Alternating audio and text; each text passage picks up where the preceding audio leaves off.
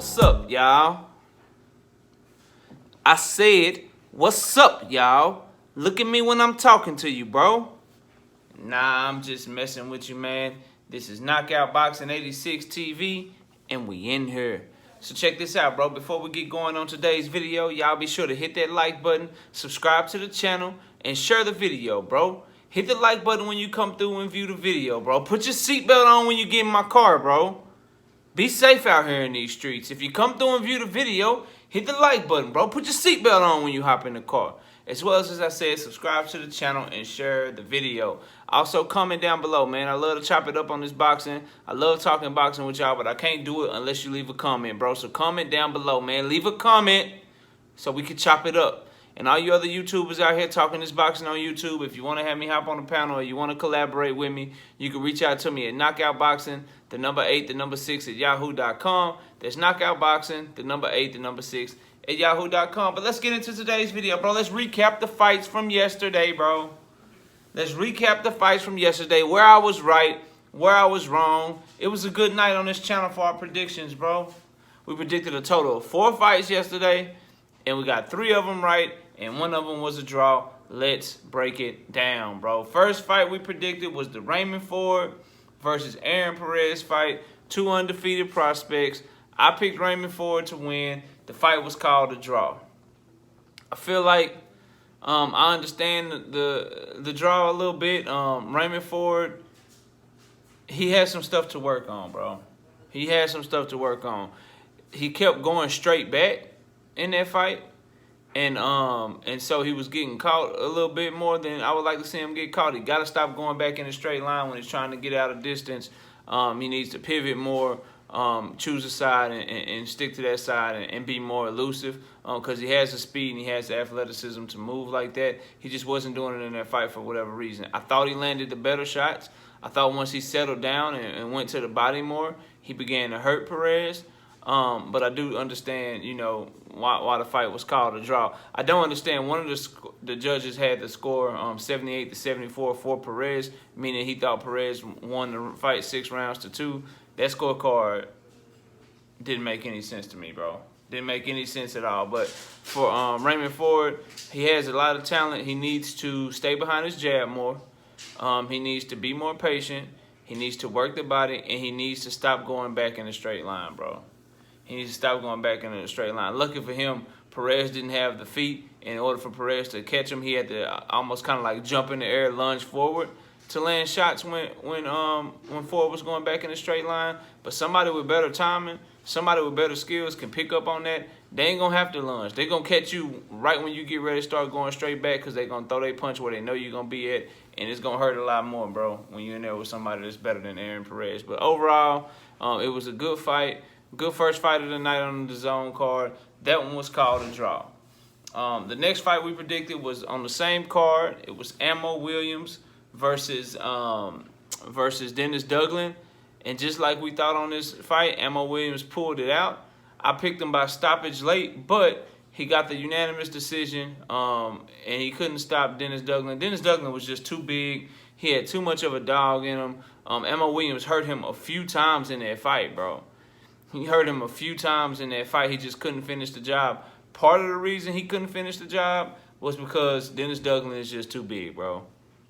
He was coming down from 168. He's been in there with the likes of Anthony Durrell, who couldn't stop him. He's been in there with David Benavidez, who took 9 rounds to stop him. And we saw what David Benavidez did last night.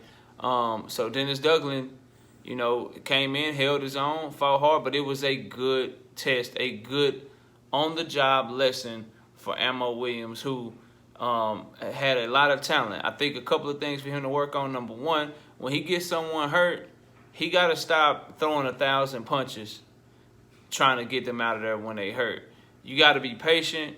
You got to look for the right shot, and don't just go in there throwing punches, because that's how you're going to get yourself caught, and you're going to think you got somebody hurt, and they're going to knock you out. And so that I didn't like to see that, man. He would get Dennis Duggan hurt, get him against the ropes, and just well away at punches. Not only do you put yourself at risk for getting hurt, you know what I mean, you also can gas yourself out like that. And when you gas yourself out like that, sometimes it's really hard to recover. So I like to see him when he gets somebody hurt, continue to go to the body, continue to be patient. Obviously stalk them, keep the pressure on, but you ain't got to throw 1,000 punches, man. Throw the punches where they're going to land cleanly and look for good shots when you get somebody in that situation. So a little bit better closing instincts from him I think will be great because he has the power to where he's going to hurt people. When he hits you clean and catches you with a good shot, he's going to hurt a lot of people. So having better finishing instincts when you do that, it's going to make him an even better fighter. And then the other thing, I know he's only 5 years into his career. He started fighting when he was 19. He's 24 years old right now. But right now, to me, Ammo Williams relies a little too much on his natural talent and a little bit too much on his athleticism. I like to see him get more focused, more defensively responsible. He has his hands down a lot. He fights very flashy, which is cool. You know, you can get away with that sometimes, and he got away with it last night. You know, he's extremely athletic, very flashy, just great natural boxing ability. But when you go to that next level, all the guys, when you fighting top level dudes, all those guys have natural boxing ability. All those guys have the ability to just be good fighters, and what separates them is gonna be your how you're a technician, bro. How you're able to stick to the fundamentals. And so I'd like to see Ammo Williams get a little bit more fundamentally sound. He's only 8 fights into his career, 8-0. Stepping up with Dennis Duggan and beating him shows just how good this kid can be. But I do want to see him get more disciplined, get more technically sound, keep his hands up more because he goes to the body good. He has great combination and just a great versatile skill set offensively. He just needs to work on his defense and quit relying so much on his reflexes and so much on his athleticism because obviously as you get older, that shit fades away, man. That shit goes away. So he needs to go ahead while he's young, while he's still extremely athletic, go ahead and shore up your holes, man. Go ahead and learn how to keep your hands up. Go ahead and learn how to be more defensively proficient so that your counterpunches can be even better. You know, work on timing. Work on stuff that as you get older, it's not going to go away. You feel what I'm saying? Because right now he's relying too much on speed and athleticism, and that could get him make it to where he's not as good as he should be unless he shores up his holes. But he's got time. He's only been doing it 5 years. He's 24 years old, so I think we'll see him improve a lot as he continues to go throughout his career. And this Dennis Duggan fight was a real great test for him and really showed that he has the goods, man. He can fight. So looking forward to seeing him in the future.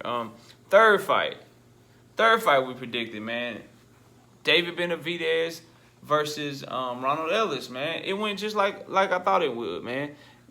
Ellis started off well. He showed a lot of heart, but eventually David Benavidez, being the stalker that he is, being the serial killer that he is, he just kept walking him down, bro, and he beat him up. He beat him up until eventually the ref said, that's enough, bro. 11 rounds, that's enough. And they stopped the fight. He won by TKO. But it's what we see from David Benavidez, man. Walking dudes down, eventually just war of attrition, just beating people up, just playing the bully in the ring, smiling while he doing it. Just a maniacal performance of hand speed, combinations, great punches to the body, beating him up to the head, using veteran tactics where he pull the hand down with the left and come across with a hook across. Just a good performance from him, man. Offensively, David Benavidez is a beauty to watch, bro. Offensively, he has so much talent offensively. The hand speed, the punch placement, going to the body, going to the head, throwing combinations. There's not a punch he don't have in his arsenal, whether it's a hook, an uppercut, straights with both hands. He's a good fighter. I don't even want to say good. He's a prodigy offensively, bro. He can really fight offensively. So he did what he was supposed to do, took care of Ronald Ellis. Took care of him. TKO, 11th round. You know what I'm saying? Had him hurt a few times in that fight, but he beat him up damn near the whole fight. So good performance from him, as expected. And then let's get into the fight of the night, man. Chocolatito and Estrada, man. I picked Estrada in this fight. Estrada got the W on the judges' scorecards. In my opinion, I got to keep it real, man. I thought that I had lost that prediction. I thought Chocolatito did enough to win that fight at first glance. I got to go rewatch it, but I felt like Chocolatito landed the better punches. I felt like Estrada was the one that got gassed in the later rounds. And Chocolatito, you know, he showed he still got a lot of gas left in his tank, man. He got a lot of gas left in his tank. And I don't want to say he got robbed, but definitely a controversial decision. Definitely a controversial decision. I felt like he landed the cleaner shots. He was one step ahead of Estrada all night. Estrada had like 2 really great rounds where you could tell that he won those rounds, like 6 and 7. And then there was a bunch of toss-up rounds in there. But I feel like Chocolatito had at least like 3 or 4 rounds where, to me, it was clear he won those rounds. And then the rest of them was a toss-up. But I'm going to go back and watch that fight and see if I think Estrada really won. But, hey, man, it's in the record books. My prediction was right. He got the W. He got the W. So, overall, great night of fights. It was very, very fun last night to watch these fights. Our record was 3 wins and 1 draw. I told you to listen to me, bro. Told you if you want to win some money to listen to these prediction videos, bro. Your boy know what he talking about, man. So that brings our overall record. We got 9 fights right so far on this channel. We got 2 wrong, and now we got 3 draws. You know what I'm saying? So, and then 2 of those 3 draws, I feel like my guy won. But whatever. If I'm going to take the Estrada win, you know what I'm saying? I got to take the draws that I got. So it is what it is, bro. Y'all let me know what y'all think in the comment section. Be sure to hit that like button, subscribe to the channel if you're new here, and share the video, bro. Put your seatbelt on when you get in my car, man. Put it on. When you hop in the car, put your seatbelt on. Other than that, man, I appreciate y'all watching the video. Enjoy the rest of your day. And with that, we out here. Peace.